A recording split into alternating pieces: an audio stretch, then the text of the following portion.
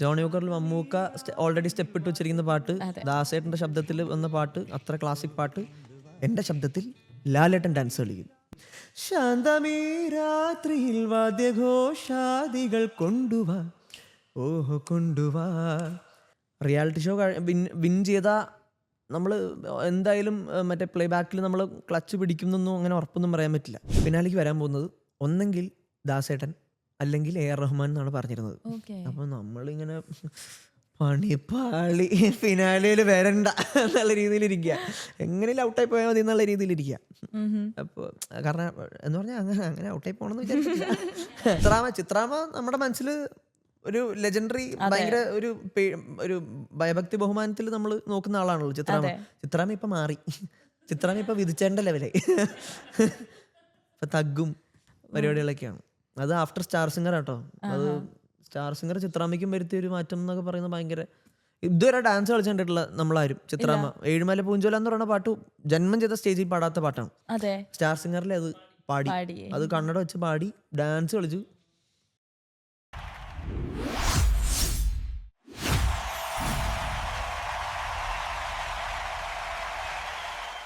Star singer season 9 വിന്നറായ അരവിന്ദ് ദിലീപ് നായറിനെ interview ചെയ്യാനായിട്ട്. So let's welcome Aravind to the show. Thank you. Hi Aravind. സുഖമാണോ? സുഖം. എന്തൊക്കെയുണ്ട് വിശേഷം? സുഖമായിട്ടിരിക്കുന്നു.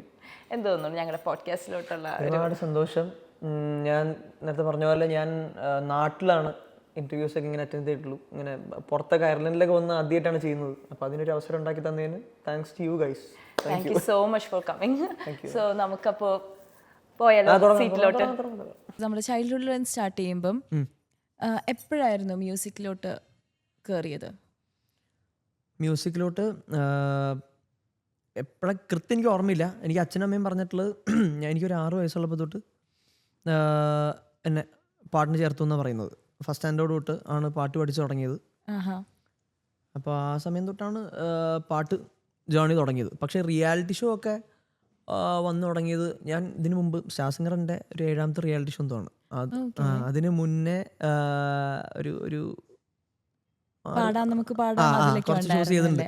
അപ്പോൾ ഈ റിയാലിറ്റി ഷോ എന്ന് പറഞ്ഞ പരിപാടിയിലേക്ക് ആദ്യം കയറിയത് ഒരു 6th-ലോ 7th-ലോ എന്തോ ആണ്. എങ്ങനെയുണ്ടായിരുന്നു ആ ഫീൽ? റിയാലിറ്റി ഷോയിലോട്ട് കയറിയ സമയത്ത് എന്തായിരുന്നു ഫീൽ ചെയ്തത്?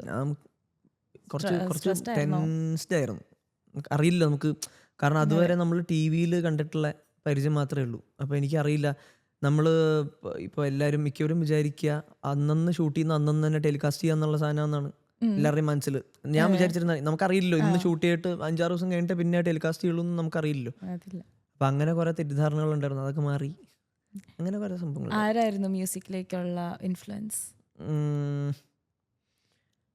ഇൻഫ്ലുവൻസ് എന്ന് പറഞ്ഞ് ബോധം വെക്കുന്നതിന് മുന്നേ അച്ഛൻ പാടും. ഓക്കെ. എന്ന് പറഞ്ഞാൽ നമുക്കൊരു ഒരു ബോധം പറഞ്ഞ ഒരു പ്രായമുണ്ടല്ലോ, അതിന് മുന്നേ വരെ അച്ഛൻ പാടുന്നുണ്ട്. അച്ഛൻ കുറേ പാട്ടുകളൊക്കെ പറഞ്ഞു തന്നിട്ടുണ്ട് എനിക്ക്. അതിനുശേഷവും അച്ഛൻ തന്നെയാണ് എൻ്റെ ഒരു മെൻറ്റർ എന്ന് പറയുന്നത് എൻ്റെ അച്ഛൻ തന്നെയാണ്. പക്ഷെ അത് കഴിഞ്ഞ് ഇൻഫ്ലുവൻസ് എന്ന് പറയുന്നത് MG ശ്രീകുമാർ, ശങ്കർ മഹാദേവൻ, ഹരിഹരൻ സർ, ഇവരുടെയൊക്കെ പാട്ടുകൾ കേട്ടിട്ടാണ് നമ്മൾ ചില പാട്ടുകളൊക്കെ, പ്രത്യേക ടൈപ്പ് പാട്ടുകളൊക്കെ പഠിച്ചു തുടങ്ങിയത്. ഓക്കെ. അപ്പം വീട്ടിൽ നിന്ന് തന്നെ അപ്പം സപ്പോർട്ടും കാര്യങ്ങളും എല്ലാം ചെറുതിലേ തൊട്ട് തന്നെ ഉണ്ട് അല്ലേ? പിന്നെ ഇനി അടുത്തതിലോട്ട് വരുവാണെങ്കിൽ ഇപ്പം മ്യൂസിക്കിൻ്റെ ഇതിൽ തന്നെ ഇപ്പം ഒറ്റയ്ക്ക് ഇരിക്കുന്ന സമയത്ത് സൈലൻസ് ആണോ മ്യൂസിക്കിലേക്കായിരിക്കും ഇഷ്ടം? ചില സമയം സൈലൻസ് ഇഷ്ടമാണ്, ചില സമയം പാട്ടുകളായിട്ട് ഇരിക്കാനും ഇഷ്ടമാണ്. എന്ന് പറഞ്ഞാൽ അത് ഒരു സാധനം ഡിപ്പെൻഡ് ചെയ്തിരിക്കും. നമ്മുടെ അപ്പോഴത്തെ സിറ്റുവേഷൻ മാച്ച് ആവുന്ന എന്താണോ അതനുസരിച്ച്. ചില സിറ്റുവേഷനിൽ നമുക്ക് ആരോടും മിണ്ടാതെ വളരെ സൈലൻ്റായിട്ട് ഇരിക്കാനുള്ളൊരു മൂഡിലാണെങ്കിൽ അങ്ങനെ ഇരിക്കും. പക്ഷെ കൂടുതൽ സമയം മ്യൂസിക് കേട്ടിരിക്കാൻ തന്നെ ഇഷ്ടം. കാരണം എൻ്റെ മ്യൂസിക് എൻ്റെ മൂഡിനെ കൺട്രോൾ ചെയ്യാൻ പറ്റും മ്യൂസിക്കിന്. അപ്പോൾ നമ്മൾ ഇപ്പോൾ ഒരു വളരെ ഡൗൺ ആയിട്ടിരിക്കുന്ന ഒരു സമയത്താണെങ്കിൽ എന്ത് ജോണറിലുള്ള പാട്ടാണെങ്കിലും അതൊരു, ഇപ്പം നമ്മൾ വിഷമത്തിലിരിക്കുകയാണെങ്കിൽ വിഷമമുള്ള പാട്ട് കേട്ടാലും സന്തോഷമുള്ള പാട്ട് കേട്ടാലും ഞാൻ അപ്പാവും, എൻ്റെ മൂഡ് അപ്പം തന്നെ ലിഫ്റ്റ് അപ്പ് ആവും. ആരെങ്കിലും എപ്പോഴെങ്കിലും വന്ന് പറഞ്ഞിട്ടുണ്ടോ എനിക്ക് അരവിന്ദിൻ്റെ സൗണ്ട് പാട്ട് കേൾക്കണത് ഇഷ്ടമല്ല, അല്ലെങ്കിൽ ഇതെന്താ ഇങ്ങനെ ഒരു സൗണ്ട് എന്നെങ്ങനെ? ഇടയ്ക്ക് ഇങ്ങനെ നമ്മളോരോ പാട്ടിടുമ്പോൾ അതിൻ്റെ ഇടയിൽ ചിലപ്പോൾ ചില കമൻസ് ഒക്കെ വരാറുണ്ട്, എനിക്ക് എൻ്റെ പാട്ട് ഇഷ്ടമല്ല. എങ്ങനെയാണ് ആ കമൻസിനെ നോക്കി കാണുന്നത്? അത് അവരുടെ ഓരോരുത്തരുടെ അപ്പപ്പുള്ള മാനസികാവസ്ഥയിൽ അവർ കമൻറ്റ് ചെയ്യുന്നതാണല്ലോ. അതിപ്പോൾ സോഷ്യൽ മീഡിയ ത്രൂ ആവാം, അല്ലെങ്കിൽ നേരിട്ടാവാം. നേരിട്ട് ഇതുവരെ അങ്ങനെ അനുഭവം ഒന്നും ഉണ്ടായിട്ടില്ല, ഉണ്ടാവുമെന്ന് അറിയില്ല കേട്ടോ എനിക്ക്. സോ എപ്പോഴെങ്കിലും ഫാമിലി എന്ന് പറഞ്ഞിട്ടുണ്ട്, ഇപ്പോൾ ബി ബി ആണല്ലോ കംപ്ലീറ്റ് ചെയ്തത് അല്ലേ? അപ്പോൾ അത് അതെങ്കിലും കംപ്ലീറ്റ് ചെയ്യാൻ പറ്റിയത് വലിയ ഭാഗ്യമാണ്. എൻ്റെ വീട്ടിൽ നിന്ന് തന്നെയാണ് പറഞ്ഞത്, മോൻ പാട്ടിൻ്റെ വഴി തിരഞ്ഞെടുത്താൽ മതി എന്ന് അമ്മ എന്നെ പറഞ്ഞത്. ഞാൻ ബി ബി കഴിഞ്ഞിട്ട് MBA ചെയ്യാനുള്ള പ്ലാനിങ്ങിലായിരുന്നു. അപ്പം ഞാൻ ഒരു കോളേജിൽ GD വരെ എനിക്ക് കിട്ടി. പക്ഷെ ആ സമയത്താണ് സ്റ്റാർ സിംഗറിൻ്റെ ഓഡിഷൻ വന്നതും. കാരണം അച്ഛനും അമ്മയ്ക്കും ഞാൻ പണ്ട് തൊട്ടേ സ്റ്റാർ സിംഗറിൽ പോകണമെന്ന് ഭയങ്കര, അവർ സ്റ്റാർ സിംഗറിൻ്റെ വലിയ ഫാൻസാണ്. അപ്പോൾ വീട്ടിൽ അച്ഛനമ്മ മാത്രമല്ല എല്ലാവരും. അപ്പോൾ കാരണം ആ ചാനലിൻ്റെ ഒരു ഒരു റേഞ്ച് എന്ന് പറയുന്നത്, അവരുടെ ഓഡിയൻസിൻ്റെ റേഞ്ച് എന്ന് പറയുന്നത് ഭയങ്കര ഹ്യൂജാണ്. അപ്പോൾ അതിലൊന്ന് എങ്ങനെയും തല കാണിക്കണം മോൻ എന്നുള്ളൊരാഗ്രഹം ഏതൊരു പാരൻസിനും ഉണ്ടാവുമല്ലോ. അപ്പോൾ ഞാൻ അതുപോലെ തന്നെ വേറെ ബാക്കി എല്ലാ ചാനൽസിലും പോകാനും പറ്റിയിട്ടുണ്ട്. ഇപ്പോൾ സൂര്യ ആയിക്കോട്ടെ, മഴവിൽ മനോരമ ആയിക്കോട്ടെ, എല്ലാത്തിലും പോകാൻ പറ്റിയിട്ടുണ്ട്. അപ്പോൾ ഏഷ്യാനെറ്റിൽ പോകണം, സ്റ്റാർ സിംഗറിൽ പോകണം എന്നൊരാഗ്രഹം ഉണ്ടായിരുന്നു. അപ്പോൾ കറക്റ്റ് സമയത്താണ് സ്റ്റാർ സിംഗറിൻ്റെ ഓഡിഷൻ വന്നത്. അപ്പോൾ അമ്മ പറഞ്ഞു, എന്നാൽ പിന്നെ ഇത് തൽക്കാലം സ്റ്റാർ സിംഗറിന് പോക്കോ, MBA നമുക്ക് പിന്നെ ചെയ്യാം എന്ന് പറഞ്ഞിട്ടാണ് സ്റ്റാർ സിംഗറിലേക്ക് പോയത്. സോ പാട്ടിന് വേണ്ടി അപ്പം സാക്രിഫൈസ് ചെയ്യേണ്ടി വന്നിട്ടുണ്ടാവുമല്ലോ? സാക്രിഫൈസ് ഒന്നുമില്ല, സന്തോഷമേ ഉള്ളൂ. പഠിക്കാൻ പറ്റി അല്ല, ഇനിയിപ്പം MBA ചെയ്യണം എന്ന ആഗ്രഹമുണ്ടോ? MBA ചെയ്യായിരിക്കും മിക്കവാറും. ഡിസ്റ്റൻ്റ് ആയിട്ട് എന്തെങ്കിലും ചെയ്യാനുള്ളൊരു പ്ലാൻ ഉണ്ട്. ഓക്കെ, ഇപ്പം അരവിന്ദ് ഒരു സിംഗർ ആയില്ലെങ്കിൽ എന്തായാലേ? സിംഗർ ആയല്ലോ, ഞാൻ അതിനെപ്പറ്റി ചിന്തിച്ചിട്ടില്ല. സിംഗർ ആയില്ലെങ്കിൽ എനിക്ക് പണ്ട് ഈ വെറുതെ പറയാൻ വേണ്ടിയിട്ടേ ഒരു ബോധമില്ല കേട്ടോ, ഒരു ധാരണയില്ലാത്ത സമയത്തൊക്കെ അച്ഛൻ വന്ന് ഇങ്ങനെ ചോദിക്കും, നിനക്ക് എന്താവാനാണ് ആഗ്രഹം? എന്നെ പണ്ടെന്തോ ഇങ്ങനെ എന്തോ ഒരു കുരുത്തക്കേട് കാണിച്ചിട്ട് അച്ഛൻ വടിയെടുത്ത് അടിക്കാൻ വന്നു. അപ്പം ഞാൻ ഇങ്ങനെ കറക്റ്റ്, എൻ്റെ ഓർമ്മ ശരിയാണെങ്കിൽ ഇതാട്ടോ സംഭവം, ഞാൻ ഇങ്ങനെ കർട്ടൻ്റെ പുറകിൽ ഒളിച്ച് നിൽക്കുക. അപ്പം അച്ഛൻ വന്ന് എന്നെ കർട്ടൻ മാറ്റി അടിക്കാൻ പോയപ്പോൾ, നീ പഠിക്കില്ലടാ, നിനക്ക് എന്താവാനാ ആഗ്രഹം എന്നൊക്കെ ചോദിച്ചപ്പോൾ ഞാൻ പെട്ടെന്ന് എനിക്ക് ആസ്ട്രോനോട്ട് ആവാൻ ആഗ്രഹമൊന്നും. അച്ഛൻ തന്നെ അങ്ങ് മുണ്ടൊക്കെ തത്തിൻ്റെ ചൂരിലൊക്കെ മാറ്റി വെച്ചിട്ട് നേരെ ഭയങ്കര ബഹുമാനത്തിൽ ആസ്ട്രോനോട്ട് നേട്ടപ്പോൾ, കാരണം ഭയങ്കര ഹ്യൂജ് ഒരു വലിയ പൊസിഷനാണ്. അപ്പോൾ ആ സമയത്ത് പൊട്ടത്തരം ആയിരുന്നു. എനിക്ക് അങ്ങനെ ആഗ്രഹങ്ങളൊക്കെ ഉണ്ടായിരുന്നു. സിംഗർ ആയില്ലെങ്കിൽ വേണമെങ്കിൽ എന്നെ ഒരു ആസ്ട്രോനോട്ട് ആയിരുന്നേക്കാം. റിയാലിറ്റി ഷോ വിന്നേഴ്സിന് ഫിലിം ഇൻഡസ്ട്രിയിൽ എന്തോരം ഓപ്പർച്യൂണിറ്റീസ് ഉണ്ട്? ലൈക്ക് അതിലെന്താണ് അരവിന്ദിന്റെ റിയാലിറ്റി ഷോ കണ്ടസ്റ്റൻസിനോ? അതെ, റിയാലിറ്റി ഷോ വിന്നേഴ്സിന്. ഇപ്പോൾ വിന്നർ ആയി കഴിഞ്ഞതിന് ശേഷം മൂവീസിലോട്ട്, ഒരു സിനിമ മ്യൂസിക്സിലോട്ട് നിങ്ങൾക്ക് ഓപ്പർച്യൂണിറ്റീസ് എന്തോരം കിട്ടും? ലൈക്ക് അതിന് ഓപ്പർച്യൂണിറ്റീസ് കൂടുതലാണ്, സാധ്യതകൾ കൂടുതലാണോ അതോ കുറവായിട്ടാണോ കാണുന്നത്? അങ്ങനെ സാധ്യത കൂടുതലാണെന്നും പറയാൻ പറ്റില്ല, നമുക്ക് ഫിക്സഡ് ആയിട്ട് പറയാൻ പറ്റില്ല. ഇതെല്ലാം ഇപ്പോൾ നേരത്തെ ചേച്ചി പറഞ്ഞ പോലെ, ഇപ്പോൾ ഒരു പടത്തിൽ പാട്ട് വരുന്നു, ആ പടത്തിൻ്റെ കമ്പോസർ ഉണ്ടല്ലോ, മ്യൂസിക് ഡയറക്ടർ ഉണ്ടല്ലോ, പുള്ളിയും അതിൻ്റെ ലിറിസിസ്റ്റും അതിൻ്റെ പടത്തിൽ ബാക്കി വർക്ക് ചെയ്യുന്ന ആൾക്കാരും എല്ലാവരും കൂടെ ഒരു ഉറപ്പിച്ചെടുക്കുന്ന ഒരു കാര്യമാണ്, ഡിസിഷനാണ്. ആരെ കൊണ്ട് പാടിക്കണം, അവരെങ്ങനെ കൺസീവ് ചെയ്തു, അവരാണ് അതിൻ്റെ വോയിസിനെ തീരുമാനിക്കുന്നത്. അപ്പം അവർക്ക് ആ പാട്ടിന് ഏത് ആളാണോ കണക്റ്റ് ആവുന്നത് അവരെ വിളിക്കുക എന്നുള്ളതാണ്. അല്ലാതെ നമ്മൾ റിയാലിറ്റി ഷോ വിൻ ചെയ്താൽ നമ്മൾ എന്തായാലും മറ്റേ പ്ലേ ബാക്കിൽ നമ്മൾ ക്ലച്ച് പിടിക്കുന്നൊന്നും അങ്ങനെ ഉറപ്പൊന്നും പറയാൻ പറ്റില്ല. നമ്മുടെ ഒച്ച ഒരു പാട്ടിന് ചേരുന്നുണ്ടെങ്കിൽ അതിനനുസരിച്ച് അതിൻ്റെ മ്യൂസിക് ഡയറക്ടേഴ്സ് നമ്മളെ തീർച്ചയായിട്ടും വിളിക്കും. എന്നെ അങ്ങനെ വിളിച്ചതാണ് തുടരും സിനിമയിൽ ജെയ്ക്സ് ബിജോയ് ചേട്ടൻ, ജെയ്ക്സ് ചേട്ടൻ ശാന്തമി രാത്രിയിൽ. അതൊന്ന് ഞങ്ങൾക്ക് വേണ്ടി പാടാവോ? ആകാശക്കൂടാരക്കീഴിൽ നിലാവിൻ്റെ പാൽക്കിണ്ണം നീട്ടുന്നതാര്, തീരാതിരക്കൈയിൽ താണാടും സ്വപ്നങ്ങൾ രത്നങ്ങളാക്കുന്നതാര്, കാതോരം പാടാൻ വാ പാഴ്പൂരം കാണാൻ വാ, കാതോരം പാടാൻ വാ പാഴ്പൂരം കാണാൻ വാ, ജും തജും തജും തജും പാടി തജും തജും ജും തജും തജും തജും തജും തജും തജും. ശാന്തമീ രാത്രിയിൽ വാദ്യഘോഷാദികൾ കൊണ്ടുവാ, ഓഹോ കൊണ്ടുവാ ശാന്തമീ രാത്രിയിൽ വാദ്യഘോഷാദികൾ കൊണ്ടുവാ ഓഹോ കൊണ്ടുവാ.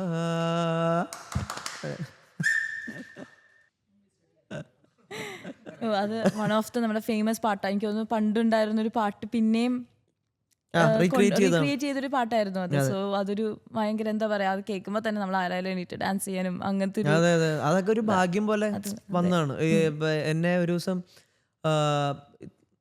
അന്ന് ഈ തുടരും എന്നുള്ള ടൈറ്റിലൊന്നും ഫിക്സ് ചെയ്തിട്ടില്ല. അന്ന് ജസ്റ്റ് ഒരു ടൈറ്റിൽ കാർഡ് ഇറക്കിയിട്ടുള്ളൂ. L360 എന്തോ പറയുന്ന ഒരു ടൈറ്റിൽ കാർഡ് മാത്രമേ ഇറങ്ങിയിട്ടുള്ളൂ. തുടരും ടൈറ്റിലൊന്നും അനൗൺസ് ചെയ്തിട്ടില്ല.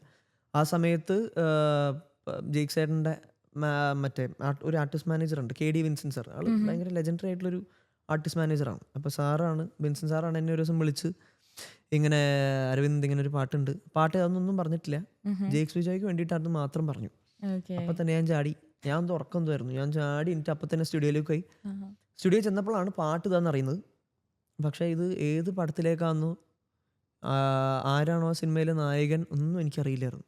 എന്നിട്ട് അപ്പം ആ സമയത്ത് പോയി ദാസേട്ടൻ എങ്ങനെ, എൻ്റെ അടുത്ത് ആകെ പറഞ്ഞത് ദാസേട്ടൻ എങ്ങനെ പാടിയോ ജോണി വോക്കറിൽ, അതുപോലെ തന്നെ ലൈൻ ബൈ ലൈൻ ഓരോ ലൈൻ കേട്ട് ശാന്തമീ രാത്രിയിൽ വാദ്യഘോഷ, അങ്ങനെ ലൈൻ ബൈ ലൈനാണ് പാടിയത്.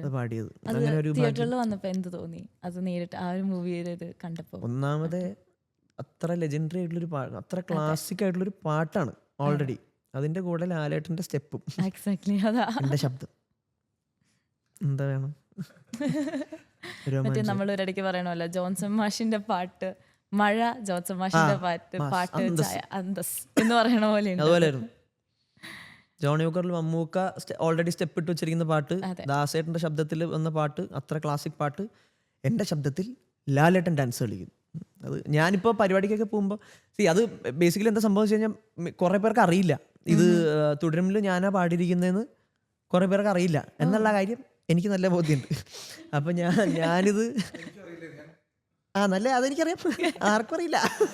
അപ്പം ഞാനും വേണ്ട രീതിയിൽ അങ്ങനെ പ്രൊമോട്ട് ചെയ്തിട്ടില്ല.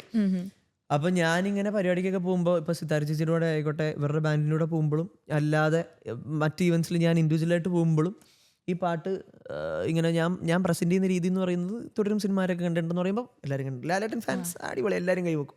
അപ്പോൾ ഇങ്ങനെ മമ്മൂക്ക അഭിനയിച്ച സിനിമയിലെ ഇന്ന പാട്ട് തുടരും സിനിമയിൽ റീക്രിയേറ്റ് ചെയ്തിട്ടുണ്ട്, അപ്പോൾ ആ പാട്ട് ഞാനാണ് പാടിയിരിക്കുന്നതെന്ന് പറയുമ്പോൾ എല്ലാവരും ഭയങ്കര കൈയടിയായിരിക്കും. അപ്പം ഞാൻ ചോദിക്കും, ഈ കാര്യം ഞാനിത് പറയുന്നവരെ നിങ്ങൾക്ക് ആർക്കെങ്കിലും അറിയിരുന്നോ എന്ന് ചോദിക്കുമ്പോൾ എല്ലാവരും പറയും, നല്ല അഭിമാനത്തോടെ പറയും അറിയില്ലായിരുന്നു എന്ന് പറയും. അപ്പോഴാണ് ഞാൻ പറയും ഞാനാണ്, ഇങ്ങനെയൊക്കെ എനിക്ക് നിങ്ങളെ അറിയിക്കാൻ പറ്റുള്ളൂ എന്ന് പറഞ്ഞു. അതെ. അപ്പോൾ ഏതെങ്കിലും ഓപ്പർച്യൂണിറ്റീസ് റിജക്ട് ചെയ്തിട്ടുണ്ടോ? ഏതെങ്കിലും ഇതുപോലെ മ്യൂസീഷ്യൻസ് വന്ന് ചോദിച്ചിട്ട് എപ്പോഴെങ്കിലും അത് റിജക്ട് ചെയ്തിട്ടുണ്ടോ അരവിന്ദായിട്ട്? ഇല്ല. ഞാൻ റിജക്ട് ചെയ്തിട്ടുണ്ടെന്നാണ്? അതെ. ഇല്ല ഇതുവരെ ചെയ്തിട്ടില്ല. അവർ റിജക്ട് ചെയ്തിട്ടുണ്ടോ? ഇല്ല, അവരും ചെയ്തിട്ടില്ല. അവർ റിജക്ട് ചെയ്യാന്ന് പറഞ്ഞാൽ ഞാനിപ്പോൾ നമ്മളെ കൊണ്ട് സ്ക്രാച്ച് പാടിക്കാന്നൊരു പരിപാടി ഉണ്ട്.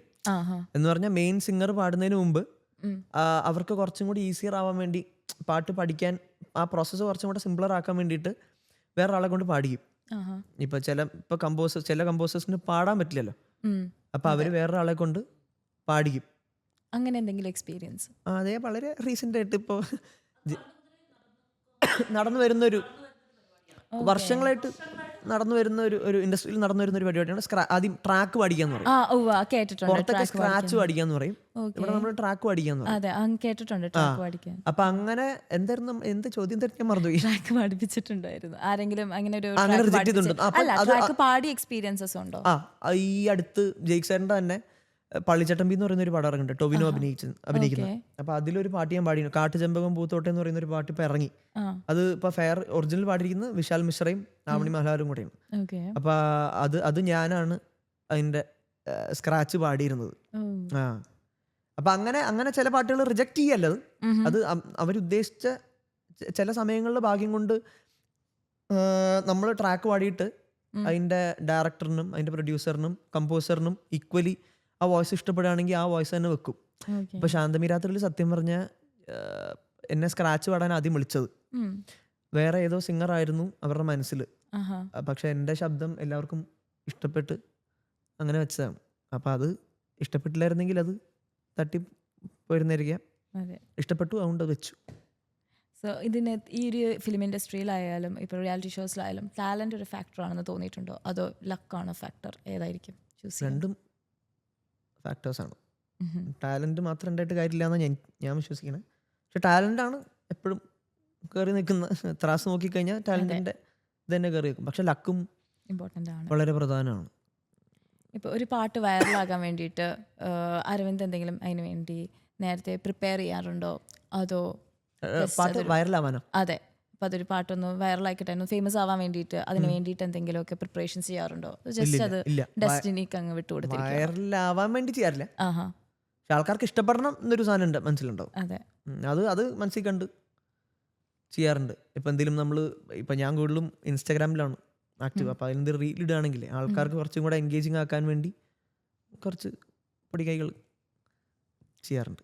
സ്റ്റേജ് പെർഫോമൻസസ് അല്ലെങ്കിൽ ഓർ ഇപ്പോൾ നമ്മൾ സ്റ്റുഡിയോ പോയുള്ള പാടുന്നു, ഇതിലേതായിരിക്കും ഏറ്റവും ഈസി ആയിട്ട് അരവിന്ദിന് ഫീൽ ചെയ്തിരിക്കുന്നത്?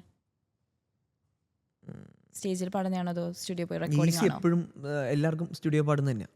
കാരണം സ്റ്റുഡിയോയിൽ നമുക്ക് എത്ര പ്രാവശ്യം വേണേലും കട്ട് ചെയ്യാം. ഐ മീൻ പല ടേക്സും പോവാമല്ലോ. മറ്റേ ഫ്ലോറിൽ അങ്ങനെയല്ലല്ലോ, ഐ മീൻ സ്റ്റേജിൽ അങ്ങനെയല്ലല്ലോ. സ്റ്റേജിൽ നമ്മൾ ഒറ്റയടിക്കങ്ങ് പാടുകയല്ലേ, അതിൽ വെള്ളി വന്നാലും. പക്ഷെ ഇതൊന്നും പാടുന്നുള്ള ഒരു ആസ്പെക്ട് വരുന്നില്ല ഇതിൽ. കഷ്ടപ്പാടുന്നൊരു സാധനം വരുന്നില്ല. നമുക്ക് എന്തായാലും ഇഷ്ടമുള്ള കാര്യമാണല്ലോ പാടുക എന്നുള്ളത്. അത് സ്റ്റുഡിയോയിലായാലും ഓൺ സ്റ്റേജ് ആയാലും നമ്മൾ എൻജോയ് ചെയ്ത് പാടുക എന്നുള്ളതാണ്. സ്റ്റുഡിയോയിൽ പാടുമ്പോൾ കുറച്ചുകൂടെ സിമ്പിൾ ആയിരിക്കും. അത്രേ ഉള്ളൂ. വെള്ളിയുടെ കാര്യം പറഞ്ഞപ്പോഴാണ് ഞാൻ അരവിന്ദിന്റെ ഒരു റീല് കണ്ടിട്ടുണ്ടായിരുന്നു. ഇഷ്ടംപോലെ ഉണ്ട്. പക്ഷെ വെള്ളി വീണതിൽ ഒരെണ്ണം മെയിൻ ആയിട്ട് കണ്ടത് മറ്റേ കൽബിലെത്തി. അതെ, അപ്പൊ അതൊന്നും ഇവിടെ പാടാൻ പറ്റും? അത് ഫുൾ അറിയില്ല. അതിനറിയാവുന്ന കുറച്ച് മതി. പണി പാളി. അത് ആ പോഷൻ മാത്രം പോരെ. കൽബിലെത്തി കൽബിലെത്തി കൽബിലെത്തി കൽബിലെത്തി കൽബിലെത്തി കൽബിലെത്തി കിഴക്കു പൂക്കും മുരിക്കിനെന്തൊരു ചൊക ചൊക പാണേ, പുതുക്ക പെണ്ണിൻ കവിളിലെന്തൊരു തുടുതുടുപ്പാണേ, ലലലലലേ ലലലല ലലലലലലലേ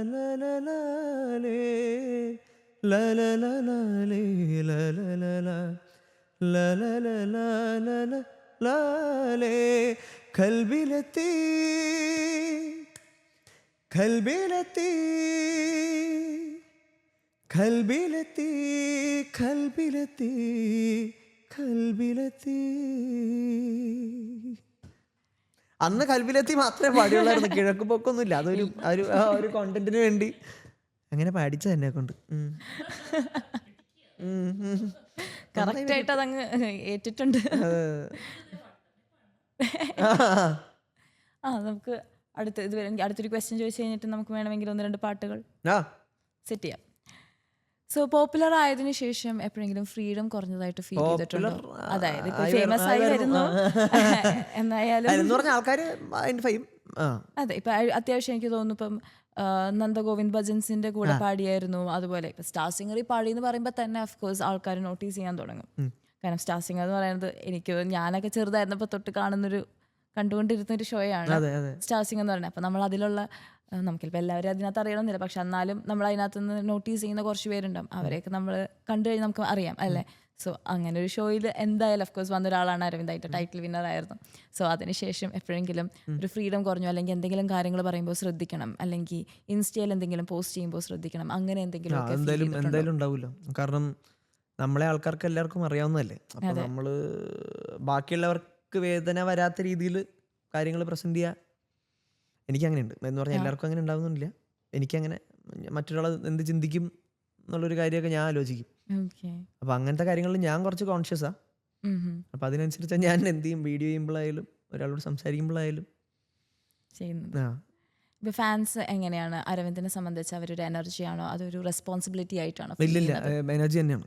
കാരണം എനിക്ക് ഇപ്പോൾ പുറത്തിറങ്ങുമ്പോൾ നമ്മളെ ആൾക്കാർ വന്ന് ഫോട്ടോ എടുക്കുക, അതൊക്കെ എനിക്ക് ഇഷ്ടമുള്ള കാര്യമാണ്. ഞാൻ അതൊക്കെ ആഗ്രഹിച്ചിട്ടുള്ള കാര്യങ്ങളാണ്.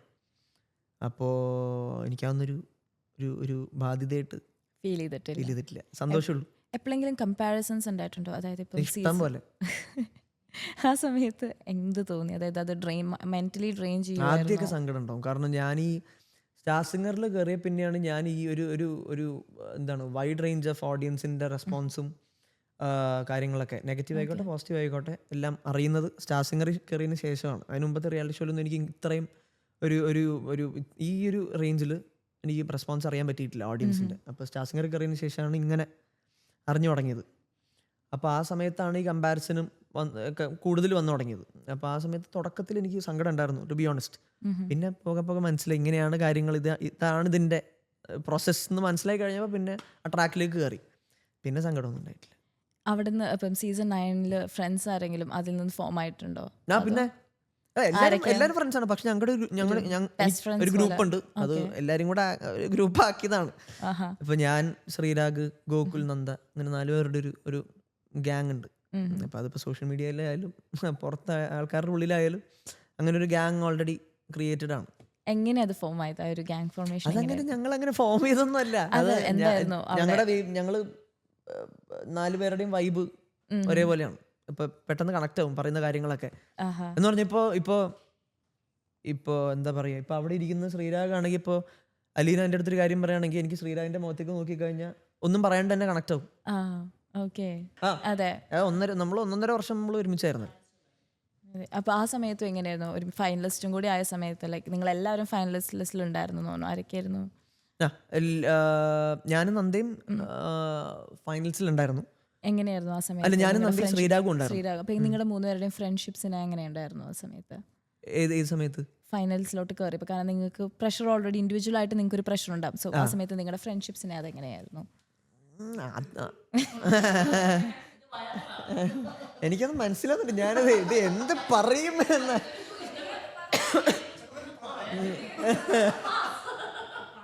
ഞാനത് നോക്കി ശ്രദ്ധിച്ചൊക്കെയാണ് ഉത്തരം പറയുന്നത്.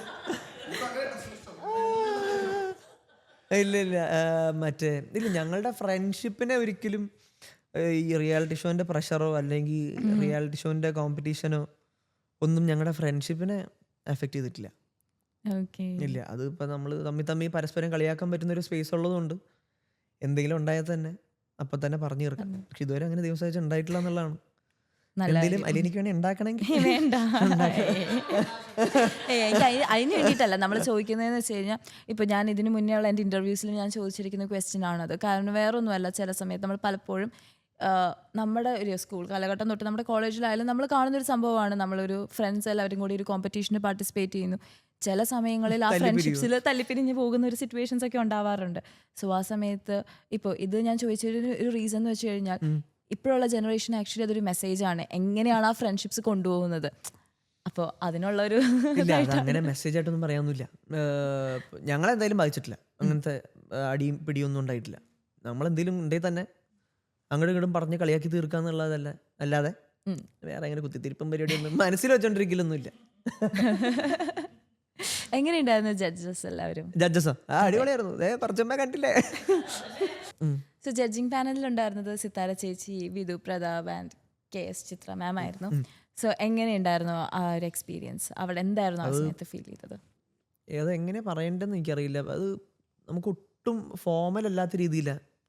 കാരണം ഞാൻ പറഞ്ഞല്ലോ, ഇത് ഇടയ്ക്കിടയ്ക്ക് പറയണ വേറൊന്നും കൊണ്ടല്ല, ഞാൻ ഒരു കമ്പാരിസൺ മനസ്സിലാക്കി തരാൻ വേണ്ടി പറയണമെന്നുള്ളൂ.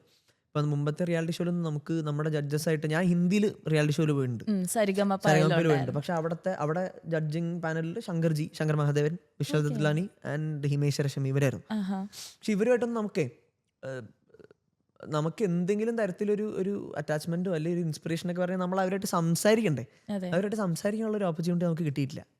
ഇവിടെ നേരെ തിരിച്ചാ. ഇവര് ഇങ്ങോട്ട് വന്ന് സംസാരിക്കുക നമ്മുടെ അടുത്ത്. അപ്പോൾ നമ്മുടെ വീട്ടിലെ നമ്മുടെ സ്വന്തം ഒരു ചേച്ചിയോ അല്ലെങ്കിൽ നമ്മുടെ സ്വന്തം ചേട്ടനോ അല്ലെങ്കിൽ നമ്മുടെ സ്വന്തം അമ്മയടുത്തോ നമ്മൾ സംസാരിക്കുന്ന ഒരു ബോണ്ടിങ് ആണ് ഇവർ 3 പേരായിട്ട് നമുക്ക് ഉണ്ടായിട്ടുള്ളൂ. അപ്പം നേരത്തെ ചേച്ചിയെടുത്ത് ഇപ്പം ഞാൻ ചേച്ചിയായിട്ട് സംസാരിക്കുന്ന കണ്ടാൽ തന്നെ നമുക്ക് മനസ്സിലാവും. ചേച്ചിയാണ് എനിക്ക് ഇങ്ങനത്തെ ഒരു ഓപ്പർച്യൂണിറ്റി തന്നത്, ബാൻഡിന്റെ ഫീച്ചറിങ് ആർട്ടിസ്റ്റ് ആയിട്ട്. അതെ അതെ അതെ, ആ ഷോയിലുള്ള സമയത്ത് ആണ് ചേച്ചി ചോദിക്കുന്നത്.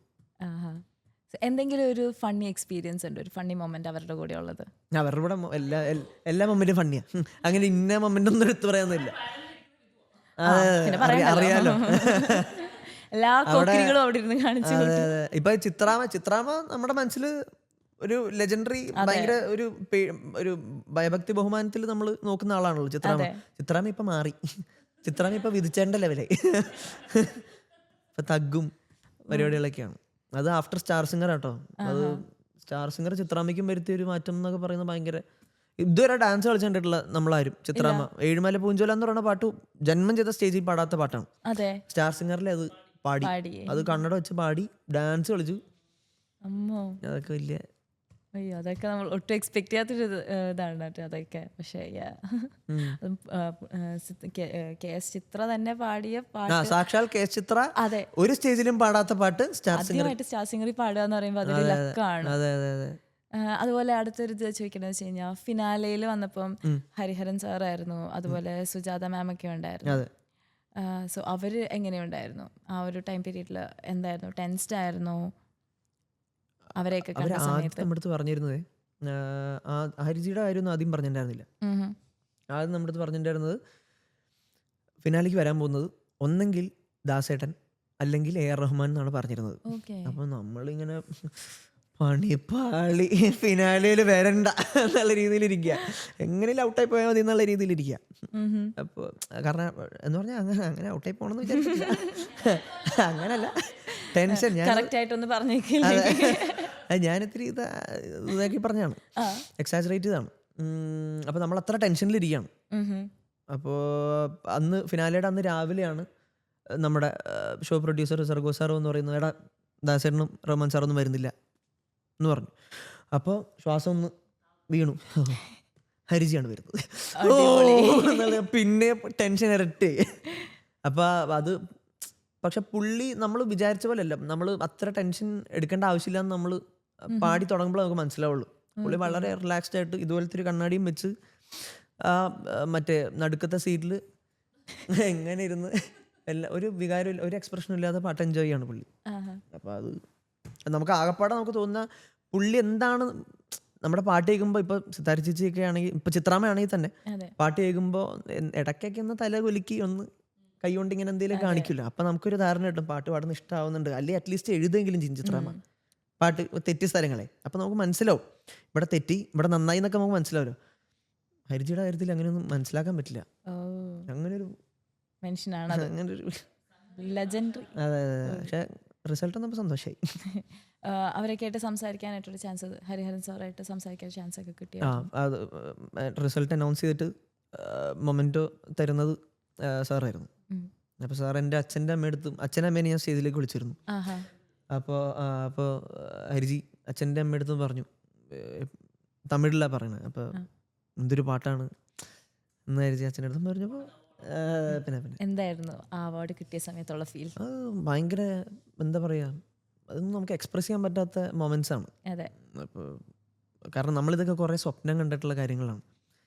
ഇപ്പോൾ ഹരിജീനെ നേരിട്ട് കാണുക, പുള്ളിയുടെ അടുത്ത് നിന്നൊക്കെ. ഇപ്പോൾ ചിത്രാമ്മയെ കണ്ടപ്പോൾ തന്നെ നമുക്കൊരു പകുതി നമ്മുടെ ഒരു സാധനം തികഞ്ഞു. അപ്പം അങ്ങനെ വളരെ വളരെ പ്രൗഡ് മൊമെന്റ്സ് ആണ് ഇതൊക്കെ. ഹരിഹരൻ സാറിൻ്റെ ഒരു പാട്ട് പാടാൻ പറഞ്ഞ ഏതായിരിക്കും? ഹരിജിയുടെയോ?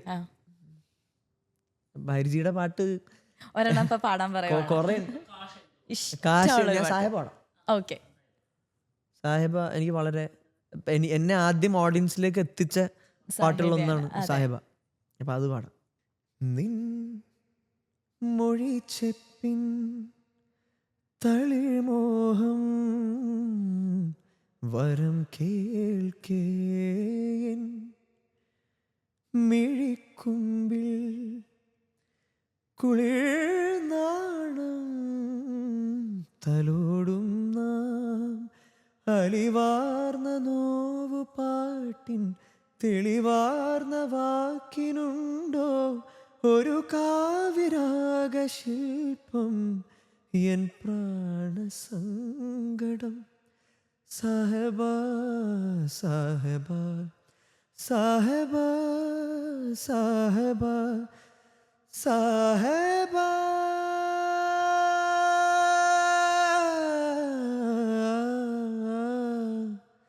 സാഹബ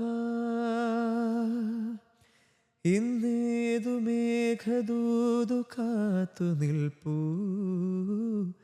സാഹബ,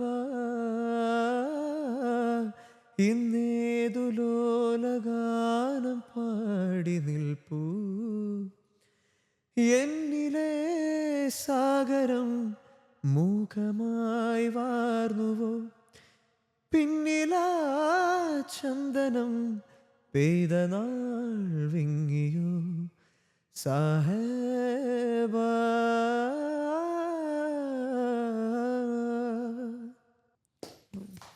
താങ്ക് യു. ബാത്റൂം സിംഗർ മോഡിൽ പാടുന്ന പാട്ട് ഏതായിരിക്കും അരവിന്ദ്? എല്ലാം ഉണ്ട്, കുറെ പാട്ടുകൾ. ബാത്റൂമിൽ ഞാൻ ഈ സന്തോഷ് പണ്ഡിത്തിന്റെ പാട്ട് കളിക്കില്ലേ, ഓക്കെ, അതൊക്കെ സന്തോഷ് പണ്ഡിത്തിന്റെ പാട്ടുകളുണ്ടല്ലോ. ഏതൊക്കെയാണ്? രാത്രി ശുഭരാത്രി, ഇതൊക്കെ നമ്മുടേതായിട്ടുള്ള രീതിയിൽ നമുക്ക് ഇപ്പൊ പുള്ളി ആ പാട്ട് കേൾക്കുമ്പോൾ നമുക്ക് അത്ര സുഖമായിട്ട് തോന്നില്ലല്ലോ. പുള്ളി പാടിയിരിക്കുന്ന കാര്യങ്ങളും ഒക്കെ നോക്കുമ്പോൾ നമുക്ക് അത്ര സുഖമായിട്ട് തോന്നില്ല. നമുക്ക് നമ്മുടേതായിട്ടുള്ള രീതിയിൽ പാടുമ്പോൾ കുറച്ചും കൂടെ മെച്ചപ്പെടുത്ത. ഈ അടുത്ത് ഇൻസ്റ്റാഗ്രാമിൽ ഒരു പുള്ളി, അയാളുടെ പേര് ഞാൻ മറന്നുപോയി, ഒരാള് സന്തോഷ് പണ്ഡിത്തിന്റെ പാട്ടുകളെല്ലാം റീക്രിയേറ്റ് ചെയ്ത് പ്രോപ്പർ ബാക്കിങ് നല്ല അങ്ങനെ നമുക്ക് ചെയ്യാനുള്ള ഒരു ആഗ്രഹം, കൗതുകങ്ങളൊക്കെ വരും. അതൊക്കെയാണ്. എപ്പോഴെങ്കിലും റോങ് ലിറിക്സ് സ്റ്റേജിൽ നല്ല കോൺഫിഡൻസോടുകൂടി പാടിയിട്ടുണ്ടോ? ഞാൻ അതിന്റെ മെയിൻ ആളാണ്. ഇപ്പൊ ചേച്ചിയുടെ ആണെങ്കിൽ തന്നെ ഇപ്പൊ മലബാർ കസിന്റെ കൂടെ എപ്പോഴൊക്കെ പരിപാടിക്ക് വന്നു അപ്പോഴൊക്കെ മനസ്സിലായെന്ന് ചേച്ചി നേരത്തെ പറഞ്ഞു തോന്നുന്നു, മനസ്സിലായെന്ന് പറഞ്ഞ പാട്ട് പാടുമ്പോഴൊക്കെ അതിലൊരു റാപ്പ് പോർഷൻ ഉണ്ട്. അപ്പൊ ഞാൻ എപ്പോഴും ഫോൺ നോക്കിയത് പാടുക. ചില സമയങ്ങളിൽ ഒരു പാട്ട് കഴിഞ്ഞാൽ നേരെ അടുത്ത പാട്ട് കയറണമെങ്കിൽ നമുക്ക് ഈ ഫോൺ എടുക്കാനുള്ള സമയമൊന്നും ഉണ്ടാവില്ല. അപ്പൊ നേരെ രണ്ടും കൽപ്പിച്ചങ്ങ് പാടും. അപ്പൊ ഈ റാപ്പ് അതിൻ്റെ അകത്ത് ഹണ്ടർ മണ്ടർ കൊണ്ടാർന്നൊക്കെ എന്തുണ്ട്. അപ്പൊ ഞാൻ ഇങ്ങനെ വായത് ഹണ്ടർ മണ്ടർ കൊണ്ടാർന്നൊക്കെ പാടി വായത്തുന്നൊക്കെ ഞാൻ പാടും. ആൾക്കാർക്ക് മനസ്സിലാവില്ല. റിയാലിറ്റി ഷോയിൽ എപ്പോഴെങ്കിലും അതും സ്റ്റാർ സിംഗറിൽ അങ്ങനെ പാടിയിട്ടുണ്ടോ? പാടിയുണ്ട്, കുറെ തവണ പാടിയുണ്ട്. ഏത് പാട്ടായിരുന്നു? കുറെ പാട്ടുകൾ, അതൊന്നും ഞാൻ ഇപ്പൊ പറയില്ല, പറയാൻ ആഗ്രഹിക്കുന്നില്ല. വെറുതെ എന്തിനാന്നൊരു റീച്ച്. ഞങ്ങൾക്ക് വേണ്ടി ഒരു ഗതി പാടാവോ? ஊரை விட்டு எங்கேயோ வேறறிந்து நிற்கிற கூடு தந்த கிளி பெண்ண ஒன்னாலதா வாழுற கூடப்பட்ட சேலைதா வாங்கி தள்ள கேட்கிற லால லால லால லால காதலா நான் சுத்துற கடவுள் கிட்ட கருவரம் கேட்டு ஒன்ன சுமக்கவா லால லால லாலே லாலே லல்ல லால ஓ மையிட்ட கண்ணே ஒன்ன மறந்தால் இறைந்து போவே ஓ உருகுதே மருகுதே ஒரே பார்வையாலே உலகமே சோழலுதே ஒன்ன பார்த்ததாலே தங்கம் முருகுதா அங்கம் கரையுதா வெக்கமுடையுதா முத்தம் தோடருதா சோக்கித்தானே போகிறேன நானும் கொஞ்ச நாளா. Thank you. ഈ അടുത്തൊരു പുതിയ സിനിമയിൽ പാട്ട് ഇറങ്ങിയിട്ടില്ലേ? ഇന്ന് അതെ, പ്രകമ്പനം.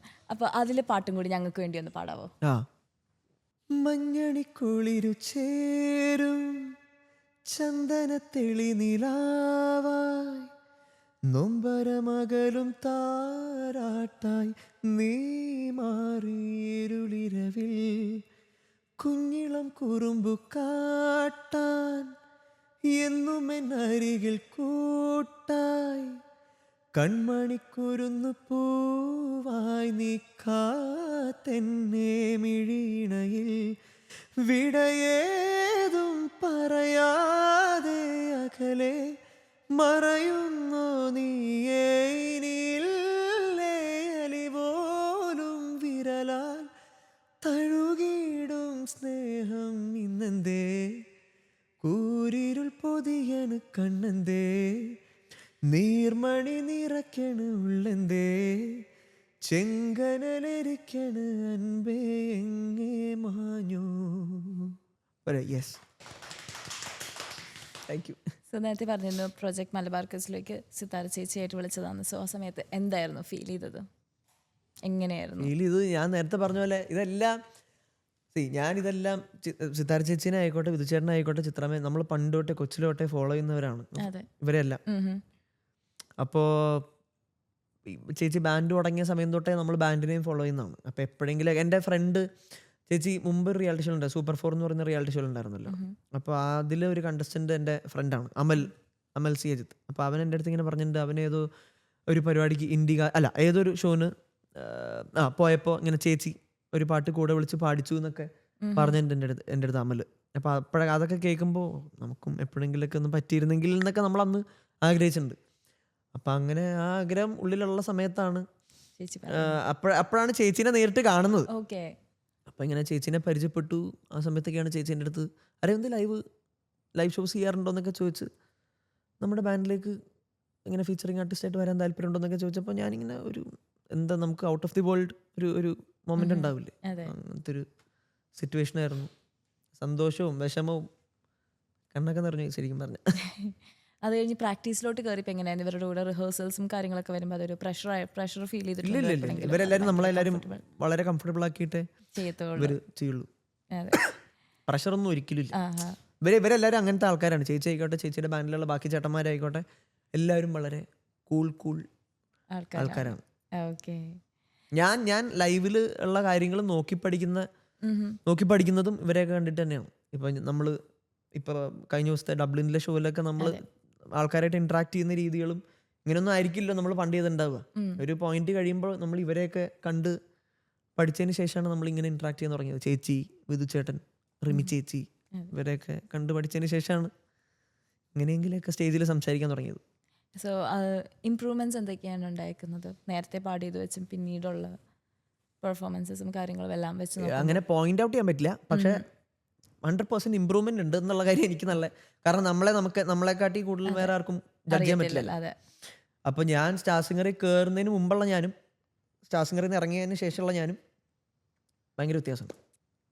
അത് എനിക്ക് വളരെ പേഴ്സണലായിട്ട് എനിക്ക് വളരെ കോൺഫിഡൻ്റ് ആയിട്ട് പറയാൻ പറ്റും. അതിന് ഹെൽപ്പ് ചെയ്ത ആൾക്കാരാണ് ഇവരെല്ലാം. പിന്നെ നമ്മുടെ മെന്റേഴ്സ് ഉണ്ട് കേട്ടോ, 10 മെന്റേഴ്സ് ഉണ്ടായിരുന്നു. മിഥുൻ ചേട്ടൻ, ഷെറീഫ് ക, അങ്ങനെ 10 പേരുണ്ടായിരുന്നു. അവരും ഇവരെല്ലാവരും എനിക്ക് തോന്നുന്നു സരിഗമപയിൽ നിന്ന് സ്റ്റാർ സിംഗറിലോട്ടും മെന്റേഴ്സ് ആയിട്ട് അവർ അതിലും വന്നായിരുന്നു. സരിഗമപയിലും ഉണ്ടായിരുന്നു. അതും സർഗോ സാർ തന്നെയാണ് ഷോയും പ്രൊഡ്യൂസ് ചെയ്തത്. അതെ. അപ്പോൾ സാറിന്റെ ഒരു ബലം പോലെ എന്നും കൂടെയുള്ള ആൾക്കാരാണ് ഈ 10 പേര്. ഓക്കെ. അവരെങ്ങനെയുണ്ടായിരുന്നു മെന്റേഴ്സിനെ കുറിച്ച്? അയ്യോ, ഓഫ് കോഴ്സ് അവരെ കുറിച്ച് ഞാൻ ചോദിക്കേണ്ടതാണ്. ഇല്ല, എനിക്ക് അവരെ കുറിച്ചുള്ള എക്സ്പീരിയൻസ് അറിഞ്ഞാൽ കൊള്ളാന്ന്. കാരണം ഷെറീഫിക്ക എന്നൊക്കെ പറയുമ്പോൾ പണ്ടത്തെ മാപ്പിളപ്പാട്ടുകളുടെ ഒക്കെ ഒരു രാജാവായിരുന്നു. അതെ, സോറി, പണ്ടത്തെ മാത്രം പറഞ്ഞു ചെയ്യാൻ പറ്റത്തില്ല. അതല്ല, പുള്ളിക്ക് ഏറ്റവും കൂടുതൽ എനിക്ക് തോന്നുന്നു മാപ്പിളപ്പാട്ടുകളുടെയാണ് പുള്ളി അതിന്റെ രാജാവാണ്. അത് കഴിഞ്ഞിട്ടാണ് മൂവീസിലൊക്കെ ആണെങ്കിലും പുള്ളിക്കൊരു ചാൻസ് ഒക്കെ കിട്ടി വന്നത് ഈ സരിഗമപ്പ ഷോയിലൂടെയൊക്കെ. സോ അതുപോലെ ബാക്കി മെന്റേഴ്സും ഉണ്ട്. മിഥുൻ ചേട്ടൻ ഓൾറെഡി ആൾക്കാർക്ക് അറിയാവുന്ന സക്സസ് ആയ ഒരു ആളാണ്. അവരെ കുറിച്ചൊക്കെ എന്താ പറയാ? അവര് ഈ പറഞ്ഞ പോലെ നമ്മുടെ സ്വന്തം ചേട്ടന്മാര്, അല്ലെങ്കിൽ ഒരു നമുക്ക് അച്ഛൻ്റെ ഒക്കെ സ്ഥാനത്ത്, ഷെറീഫ്ക്ക കുറച്ചുകൂടെ പ്രായമുള്ളതുകൊണ്ട് അച്ഛൻ്റെ സ്ഥാനത്ത് നോക്കി കാണാവുന്നൊരു ആളെ പോലെയാണ് ഷെറീഫ്ക്കയും മിഥുൻ ചേട്ടനായിക്കോട്ടെ ബാക്കി എല്ലാവരും. എന്റെ മെന്റർ അക്ബർക്കായിരുന്നു. ഓക്കെ. അക്ബറും ഇതിനകത്ത് ഉണ്ടായിരുന്നു. അങ്ങനെ നമുക്കപ്പോൾ ഇനി ഒരു നെക്സ്റ്റ് റൗണ്ടിലോട്ട് കടന്നാലോ? എന്താ നെക്സ്റ്റ് നമുക്കൊരു റാപ്പിഡ് ഫയർ. ഓക്കെ. കുറച്ച് റാപ്പിഡ് ഫയർസ് ഉണ്ട്. ഞാൻ ചെറുതായിട്ടൊന്ന് കൊല്ലുന്നില്ല, ഒന്ന് വധിക്കുന്നേ ഉള്ളൂ, പേടിക്കണ്ട. ശരി, ചെറിയ വധം മാത്രം പോരാ. അതൊക്കെ ഒരു വധമാണോ? ഇതുവരെ കൊന്നില്ല. ഇല്ല, ഇനിയാണ് വധം തുടങ്ങുന്നത്. സോ നമുക്കപ്പോൾ റാപ്പിഡ് ഫയറിലേക്ക് കിടക്കാം. റാപ്പിഡ് ഫയർ റൗണ്ടാണ് ഇനി. Melody or mass? Both. Stage or studio? അത് ഡിഫിക്കൽട്ടാണ്. 1 take or 20 takes? 20 takes. Live band or track? Live band. Track ചില സമയത്ത് ഹെൽപ്പ് ചെയ്യും, ഒന്നുകൂടെ ബൂസ്റ്റ് ചെയ്യാൻ വേണ്ടിയിട്ട്. നമ്മൾ ബാക്കിംഗ് ഒക്കെ മൊത്തത്തിലൊന്ന് അപ്പാക്കാൻ വേണ്ടി ട്രാക്ക് ഹെൽപ്പ് ചെയ്യും. മലയാളം, തമിഴ് ഓർ ഹിന്ദി ഏതാണ് ഈസിയസ്റ്റ്? മലയാളം, തമിഴ് ഓർ ഹിന്ദി? മൂന്നും എളുപ്പ. എനിക്ക് മൂന്ന് പാട്ടും 3 ലാംഗ്വേജിലും പാട്ടുകൾ കേൾക്കാറുണ്ട് ഞാൻ സ്ഥിരമായിട്ട്. അപ്പോൾ അതുകൊണ്ട് വലിയ ബുദ്ധിമുട്ട് ഇതുവരെ ഉണ്ടായിട്ടില്ല. പാടാൻ പക്ഷേ കുറച്ചുകൂടെ എളുപ്പം. ഇഷ്ടം തമിഴും ഹിന്ദിയുമാണ്, മലയാളത്തിനെ കാട്ടി കൂടുതൽ. കേൾക്കണ്ടായാലും. ഫേവറേറ്റ് രാഗം? ഷഹാന. ആ രാഗത്തിലൊരു പാട്ട് പാടാം. പാട്ട് കീർത്തന അറിയാം. സരി ഗമ പമ ധനി സ സനി സ ധനി ധ പമ ഗമ രി ഗരി സ എന്നോടെന്തിനി പിണക്കം. ഷഹാന. വൺ സോങ് അരവിന്ദ് പാടിയിരുന്നെങ്കിൽ എന്ന് ആഗ്രഹിക്കുന്നത് ഏതാ? ഒരു പാട്ട് അരവിന്ദ് പാടണമെന്ന് ആഗ്രഹിക്കുന്ന ഒരു പാട്ട് ഏതായിരിക്കും? എന്ന് പറഞ്ഞാൽ അത് ഓൾറെഡി ആരെങ്കിലും പാടിയ പാട്ടാണോ? അത് ഇഷ്ടം പോലെ ഉണ്ട്. എനിക്ക് ഈ അടുത്തിറങ്ങിയ നീലോത്തി എന്ന് പറയുന്ന പാട്ട് എനിക്ക് പാടാൻ പറ്റിയിരുന്നെങ്കിൽ എന്നൊക്കെ ആഗ്രഹിച്ചിട്ടുണ്ട്. സീസൺ 9 ഒരു ഫ്രണ്ടിന് പണി കൊടുക്കാൻ പറഞ്ഞ ആർക്കിട്ട് പണി കൊടുക്കും? ഗോകുൽ. അതെന്താ? ഏത് സമയത്ത് വിളിച്ചാലും ഫോൺ പണിയെടുത്ത അക്സെപ്റ്റ് ചെയ്തോളൂ. തെറി പറയില്ല. തെറി പറയും. അവനാണെങ്കിൽ കംഫർട്ടബിളാണ്, കുറച്ചില്ല, കുഴപ്പമില്ല. എന്ത് പണി വേണമെങ്കിലും കൊടുക്കാം അവന്. അതാണ് കാരണം. ഓക്കെ, സോ നമുക്കിനി അതിൻ്റെ അടുത്ത് റാപ്പിഡ് ഫയറിൻ്റെ നെക്സ്റ്റ് റൗണ്ട് ഒരു ദിസ് ഓർ ദാറ്റ് റൗണ്ടിലോട്ട് കയറാം. This or that. യെസ്. കുറച്ചുകൂടെ ടഫാണോ? നമുക്ക് നോക്കാം, ശ്രമിക്കാം. ടഫാക്കാനാ? അതെ. അപ്പൊ നമുക്ക് കണ്ണാടി പൊട്ടി. Okay, so first SPB or Yesudas? SPB. Shweta Mohan or Sithara? Sithara ചേച്ചി. KS Chithra or Sujatha Mohan?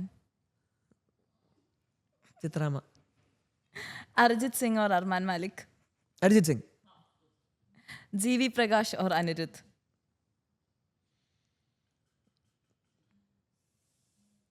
GV Prakash. Ilaiyaraaja or AR Rahman? Raja sir. Deepak Dev or Shaan Rahman? Deepak Dev. Sharreth sir or M Jayachandran sir? രണ്ടുപേരും ഒരാളെ പറയാം. ഒരാളെ പറയാൻ പറ്റില്ല. ശരത് സാർ.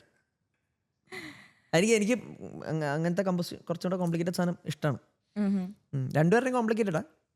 രണ്ടുപേരും അത് മാത്രമേ രണ്ടുപേരും സമ്മതിക്കുക. എന്താണ് പറഞ്ഞില്ലേ? ശരി, സമ്മതിച്ചു തരാം. ഇനി അടുത്തൊരെണ്ണം കൂടി. വിധു പ്രതാപ് ഓർ ജ്യോത്സന?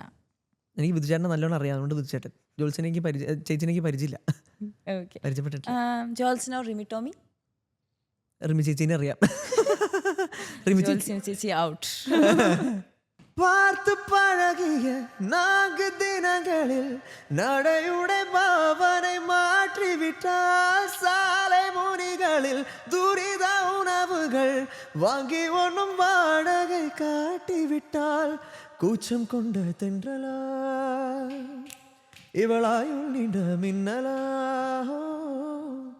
உனக்கேற்றானாக என்னை மாற்றிக்கொண்டேனே நேரம் அழகான இளமுதிர்காலம் சற்று தொலைவிலை அவள் முகம் பார்த்தேன் அங்கை தொலைந்தவன் நானே சற்று தொலைவிலை அவள் முகம் பார்த்தேன் அங்கை தொலைந்தவன் நானே. പൊളി. Thank you. So set. അപ്പൊ നമുക്കിത് ഷോ വൈൻഡപ്പ് ചെയ്യാം.